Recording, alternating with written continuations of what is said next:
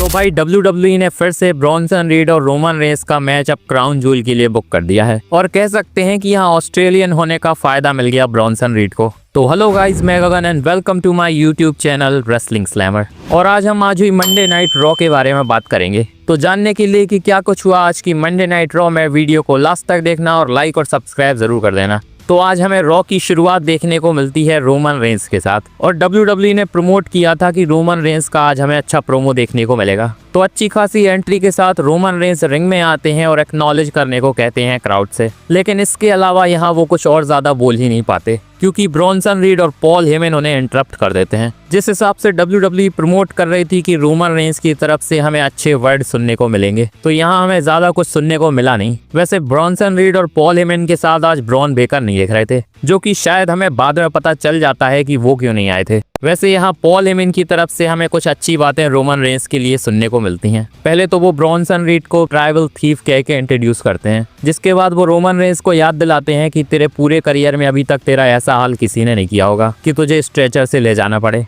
लेकिन हमारे Bronson read ने ये कारनामा करके दिखा दिया। जिसके बाद ब्रॉन्सन रीड के हाथ में भी माइक दिया जाता है और उनका भी यही कहना था कि तेरे फादर और तेरे अंकल ने कभी ऐसा हाल तेरा देखा नहीं होगा। अब क्योंकि ब्रॉन्सन रीड ने रोमन रेंस के फादर और अंकल का नाम ले लिया था तो रोमन रेंस भड़क जाते हैं। उनका कहना था कि अगर मेरे फादर और अंकल आज यहाँ होते तो मुझसे कहते कि जाकर सीधा उससे फाइट कर, और आज भी वो यही करने वाले हैं क्योंकि ब्रॉन्सन रीड के साथ आज वो मैच करेंगे। यहाँ शायद ब्रॉन्सन रीड भी रेडी लग रहे थे मैच के लिए, लेकिन हमारे चालाक पॉल हेमन उन्हें रोक लेते हैं। यहाँ रोमन रेंस कहते हैं कि उन्हें पता है कि पॉल हेमन ब्रॉन्सन रीड के कानों में क्या कह रहे हैं, क्योंकि पॉल हेमन उनके साथ भी ऐसी हरकतें पहले कर चुका है। और रोमन रेंस का यहाँ कहना था कि पॉल हेमन कह रहा होगा कि तुझे अपनी टर्न पर मैच करना चाहिए, और क्योंकि वो ओरिजिनल ट्राइबल चीफ हैं तो वो कहीं भी और कभी भी मैच करने के लिए रेडी हैं। यहाँ रोमन रेंस को बताया जाता है कि हमें ऑस्ट्रेलियन स्ट्रीट फाइट देखने को मिलेगी ब्रॉन्सन रीड और रोमन रेंस के बीच में, जो कि क्राउन जूल में होगी। वैसे तो स्ट्रीट फाइट मैच ही होगा, लेकिन ऑस्ट्रेलियन इसीलिए लगा दिया क्योंकि क्राउन जूल ऑस्ट्रेलिया से है, और मुझे लग रहा है कि ब्रॉन्सन रीड को भी इसका ही फायदा मिल गया क्योंकि रोमन रेंस के साथ दोबारा मैच देने का पता नहीं मतलब समझ में नहीं आया। मुझे लग रहा था कि अब की बार WWE ब्रॉन बेकर के साथ उनका मैच कराएगी, लेकिन यहाँ स्मार्टली WWE ब्रॉन बेकर को लेकर ही नहीं आई। वैसे इसके बाद ब्रॉन्सन रीड और पॉल हेमन यहाँ से जा रहे थे, लेकिन रोमन रेंस उन्हें रोक लेते हैं और उनका कहना था कि भाई क्या तू तो बड़ी बड़ी बातें कर रहा था और अब तू भाग रहा है। अब रोमन रेंस के यहाँ डरपोक कह देने के बाद ब्रॉन्सन रीड थोड़े भड़क गए थे, जिसके बाद वो सीधा रिंग में जाते हैं और हमें थोड़ी बहुत ब्रॉल देखने को मिलती है उनकी रोमन रेंस के साथ। और इससे पहले ज्यादा कुछ होता सिक्योरिटी आ जाती है और इन्हें अलग कर देती है। बड़े ही स्मार्टली आज WWE ने ब्रॉन बेकर को इस सिचुएशन से निकाल लिया, क्योंकि अगर वो यहाँ होते तो वो भी रोमन रेंस से बढ़ते, और शायद WWE अभी वो करना नहीं चाहती थी। तो अब क्योंकि क्राउन जूल को होने में ज़्यादा टाइम बचा नहीं है, तो शायद WWE ब्रॉन बेकर और रोमन रेंस के मैच को बाद के लिए बचा कर रख रही होगी।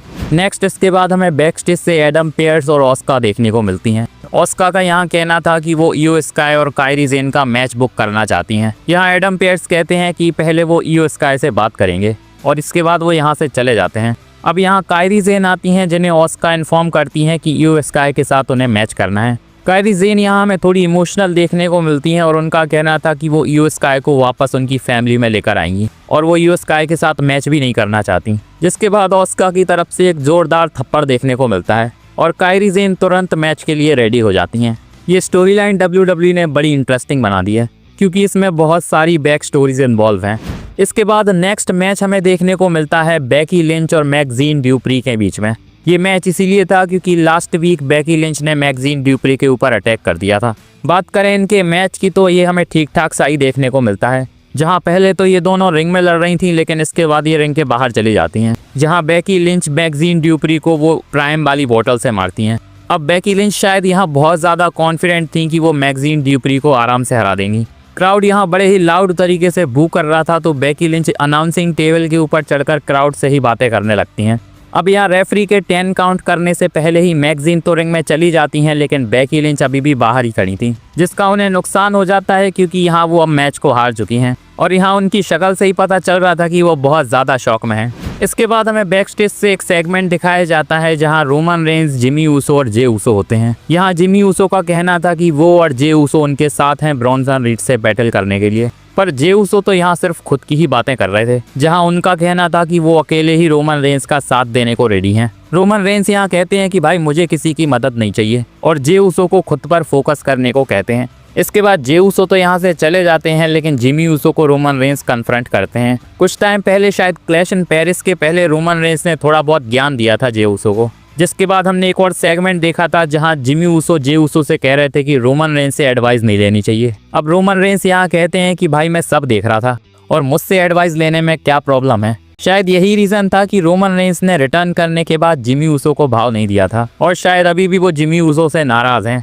अब इसके बाद नेक्स्ट हमें मैच देखने को मिलने वाला था लायरा वल्किरिया और रोक्सेन परेज के बीच में, लेकिन मैच से पहले हमें लायरा और बेली के बीच में एक सेगमेंट दिखाया जाता है जहां बेली का कहना था कि वो रिंग साइड पर रहना चाहती हैं इनके मैच में। यहाँ शायद लायरा वल्किरिया चाहती तो नहीं थी, लेकिन इनडायरेक्टली वो हाँ कर देती हैं। अब नेक्स्ट हमें लायरा वल्किरिया और रोक्सेन परेज का मैच ही देखने को मिलता है। ये मैच WWE ने शॉर्ट रखा था क्योंकि मैच के एंड में बहुत बड़ी भसड़ हो जाती है। यहाँ सबसे पहले तो रकेल अटैक कर देती हैं बेली के ऊपर, जिसके बाद लायरा वल्किरिया रकेल रॉड्रिगेज के ऊपर अटैक करती हैं। अब यहाँ इस पूरी भसड़ का फायदा रोक्सेन परेज को मिल जाता है क्योंकि यहाँ उन्होंने लायरा वल्किरिया को पिन करके मैच को जीत लिया है।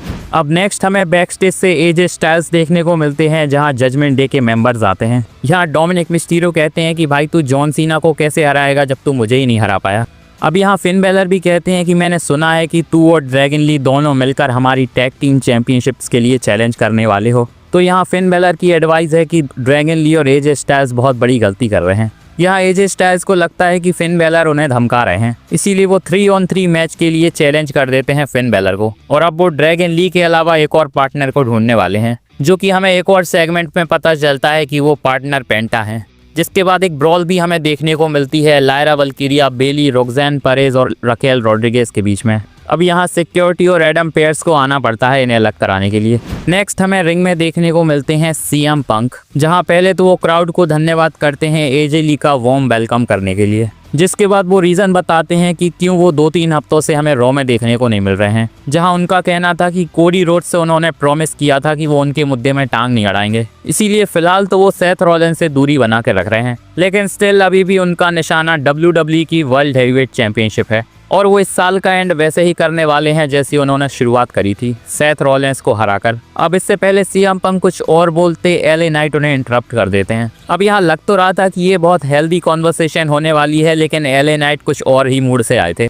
यहाँ वो सीएम पंक से कहते हैं कि भाई तू हस्बैंड तो अच्छा है लेकिन चैंपियन बड़ा ही कचरा है। यहाँ उनका कहना था कि वो वर्ल्ड हैवीवेट चैंपियनशिप डिजर्व करते हैं क्योंकि सेथ रॉलिन्स ने अभी तक उन्हें पिन नहीं किया है। अब इसके बाद यहाँ जे ऊसो की भी एंट्री होती है और उनका भी यही कहना था कि उन्हें भी वर्ल्ड हैवीवेट चैंपियन बनना है, जिसके बाद एलए नाइट उन्हें छीलते हैं ये कहकर कि भाई तू रोमन रेंस की तरह कभी नहीं बन सकता और तुझे बनना भी नहीं चाहिए, और फिलहाल तुझे टैग टीम टाइटल्स पर फोकस करना चाहिए। पर एलए नाइट के हिसाब से इनकी टैग टीम भी कोई ढंग की नहीं है। अब यहाँ ये सुनने के बाद शायद जे ऊसो को गुस्सा आ गया था, जिसके बाद वो सुपर किक लगा देते हैं एलए नाइट के ऊपर, जिसके बाद जिमी ऊसो की भी यहाँ एंट्री हो जाती है। अब यहाँ सीएम पंक शायद जे ऊसो को समझाने की कोशिश कर रहे थे, जिनका कहना था कि जे ऊसो को तो वो पसंद करते हैं लेकिन उन्हें लिटिल रोमन रेंस पसंद नहीं है। यहाँ जे ऊसो को लिटिल रोमन रेंस बुलाया जा रहा था।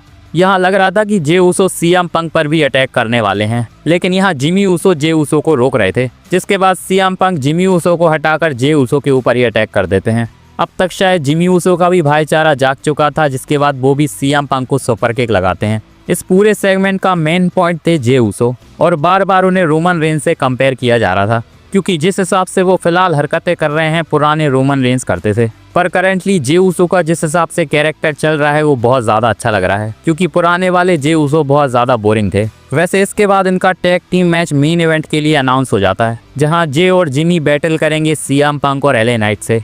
अब नेक्स्ट मैच हमें देखने को मिलता है कायरी ज़ेन और इयो स्काई के बीच में। सबसे पहले तो इयो स्काई जाकर ऑस्का को बजाती हैं, और इसके बाद हमें रियल मैच देखने को मिलता है। मैच ये अच्छा देखने को मिल रहा था, लेकिन ऑस्का इस मैच में इंटरफेयर करती हैं, जिसकी वजह से इयो स्काई तो डिस्ट्रैक्ट हो जाती हैं और कायरी ज़ेन उन्हें रोल अप करके इस मैच को जीत जाती हैं। वैसे रोल अप करने में ऑस्का थोड़ी बहुत मदद करती हैं कायरी ज़ेन की। अब यहाँ मैच के बाद भी इयो स्काई को बहुत बुरी तरह से बचाया जाता है, और क्योंकि रेहा रिप्ली तो ऑस्ट्रेलिया में थी तो वो यहाँ मदद करने के लिए तो आ नहीं सकती थी। तो फिलहाल के लिए तो ऑस्का और कायरी जेन को आज अपर हैंड मिल गया है। इसके बाद हमें एक बड़ा खतरनाक और इंटरेस्टिंग सा बैक स्टेज सेगमेंट दिखाया जाता है जहाँ सेथ रॉलिंस, बेकी लिंच और पॉल हेमन होते हैं। यहाँ पहले तो बेकी लिंच कुछ बड़बड़ा के यहाँ से निकल लेती हैं, जिस पर सेथ रॉलिंस बिल्कुल भी ध्यान नहीं दे रहे थे। और फिलहाल सेथ रॉलिंस का बस यही कहना है कि उन्हें कोडी रोड्स को हराना है। जिसके बाद वो पॉल हेमन से पूछते हैं कि भाई अगर मैं कोडी रोड्स को नहीं हरा पाया तो क्या होगा। पॉल हेमन पहले तो यहाँ बड़ी चिकनी चुपड़ी बातें कर रहे थे और उनका यहाँ कहना था कि सेथ रॉलिंस आसानी से कोडी रोड्स को हरा देंगे,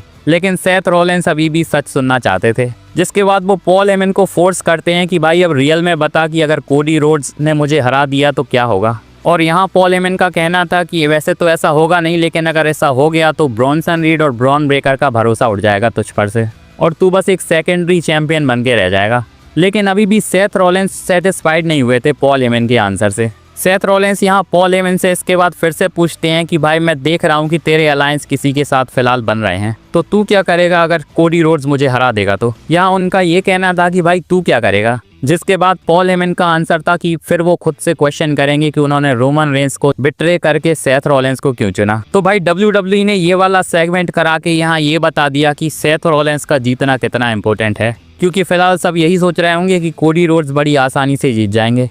तो फिलहाल सेथ रॉलिंस का देखकर लग रहा है कि बहुत कुछ दांव पर लगा है और उन्हें कोडी रोड्स को इस बार हराना ही पड़ेगा। इसके बाद बैक स्टेज से रोमन रेंस, जिमी ऊसो और जे ऊसो का हमें एक और सेगमेंट दिखाया जाता है। यहाँ जिमी ऊसो के ऊपर जे ऊसो बहुत बुरी तरह से भड़क रहे थे क्योंकि वो नहीं चाहते थे कि जिमी ऊसो उनके मुद्दे में इंटरफेयर करें। जिसके बाद जे ऊसो तो यहाँ से चले जाते हैं, लेकिन जिमी ऊसो रोमन रेंस से कहते हैं कि मैं और जे ऊसो तेरी तरह नहीं है, और वो रोमन रेंस से जे ऊसो के कान भरने और उन्हें भड़काने से मना करते हैं। अब यहाँ रोमन रेंस भी कहते हैं कि भाई अगर तुझे सब कुछ ठीक करना है तो जे ऊसो के मुद्दे से थोड़ा अलग रहे, और जे ऊसो जब वर्ल्ड हेवीवेट चैंपियन बनेगा तो वो मेरी तरह चैंपियन बनेगा और उसमें तेरा इन्फ्लुएंस तो बिल्कुल भी नहीं होगा। मैंने कहा था कि रोमन रेंस, जिमी ऊसो और जे ऊसो की प्रॉब्लम को सॉल्व करने के लिए नहीं आए हैं, तो यहाँ फिलहाल देखकर सिचुएशन कुछ ऐसी ही लग रही है।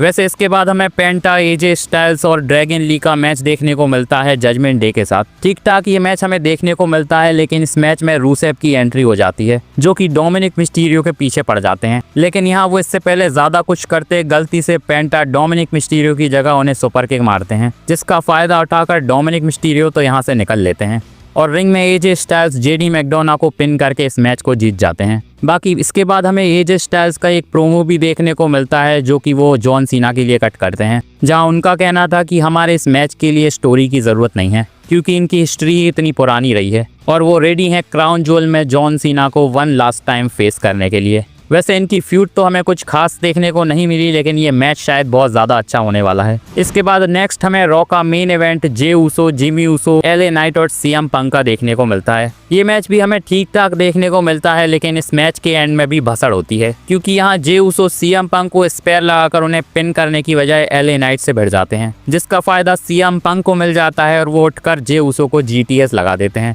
लेकिन यहाँ सीएम पंक भी जे ऊसो को पिन नहीं कर पाते क्योंकि एलए नाइट आकर सीएम पंक से टैग ले लेते हैं और यहाँ उन्होंने जे ऊसो को पिन करके मैच को जीता है। फिलहाल ये वाली स्टोरी लाइन को ज़्यादा ही इंटरेस्टिंग लग रही है क्योंकि सबको वर्ल्ड चैंपियन बनना है और कोई भी सेम पेज पर नहीं है। बाकी आज की रॉ भी हमें बहुत ज़्यादा अच्छी देखने को मिली क्योंकि WWE ने बड़े इंटरेस्टिंग से सेगमेंट डाले थे और ये लास्ट रॉ होने वाली थी क्राउन ज्वेल से पहले। तो कमेंट में बताओ आपको आज की रॉ कैसी लगी। बाकी मेरी ये वीडियो अच्छी लगी हो तो इसे लाइक और चैनल को सब्सक्राइब करना मत भूलना और बेल आइकन को भी दबा देना ताकि मेरी वीडियो की अपडेट आप तक पहुंचती रहे। मिलते हैं नेक्स्ट वीडियो में, धन्यवाद।